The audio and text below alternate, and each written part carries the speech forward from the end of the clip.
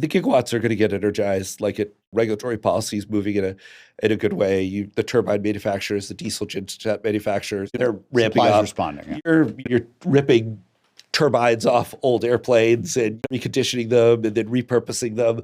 There's crazy things happening. Capitalism is very, very good at this.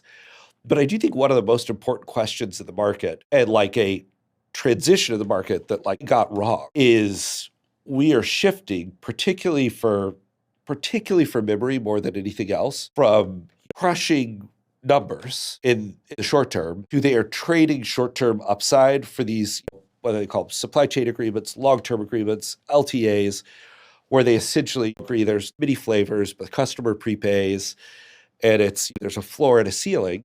And this comes back to the point about labor, because a lot of people after like firing too many people during COVID were really reluctant to lay people off. And that they talked about labor hoarding, if you remember a few years ago. You remember this? Let's just think about the game theory of breaking an LTA. So there's 4 companies that like matter at scale. There's Amazon with their Tritiums, there's Google with their TPUs, there's AMD, and then there's NVIDIA, who's like much bigger than everybody else combined. Let's just say it's 2027. It's very important to realize memory is, the more memory you put with flop for a given unit of compute, the more tokens you get out. Yep. It's the single most important thing you could do to increase token output per unit of compute. And then that obviously definitionally actually lowers costs, which is why the demand hasn't responded at all negatively. There's been no elasticity just because it's like it's the axis that is dominating all others. And this is like at some level like a giant Game of Thrones or Emperors between these companies. And okay, it's 2027. You're like, or 28, you're vaguely tempted to break one of these LTAs, try and get a lower price.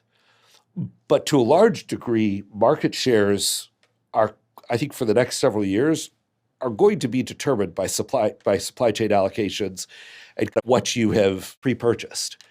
So if you break the LTA and this is assuming we're not in a severe oversupply situation, but the logic almost, the game theory even holds in a severe oversupply situation. If you break your LTA and then in the next 2 or 3 years, for any reason, leverage shifts back to the memory guys, you're out of business.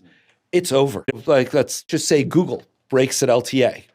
There's an oversupply. I'm making this up. And 28, 29, they break their LTAs. Well, if they're breaking their LTAs, it probably means your oversupply, prices are coming down, and then capacity naturally contracts. Well, what do you think is going to happen to Google's allocations? And then this is a cyclical industry, and oversupply is followed by undersupply. What do you think they think is going to happen to their allocations next time? So I just think, given that this is like the axis around which everything is revolving, man, like you might blow up your entire business and your franchise by breaking an LTA. And that was never the case before. Apple, who cares? They're buying, they don't have a competitor. They're overwhelmingly the largest purchaser. They know they can do whatever. This is going back 3, 4, 5 years. They know they can do whatever they want with no consequences because their volume is so big that even if they like super screw Hynix, Micron will of course take them. This is just different. You have at least 4 players. Then you have all the startups. You're an investor in Etched. And if you break an LTA and that they just say, okay, fine. What? Great. You broke the price agreement. We're going to break the volume agreement. And screw you, we're going to give the volume to your competitor. You just lost share.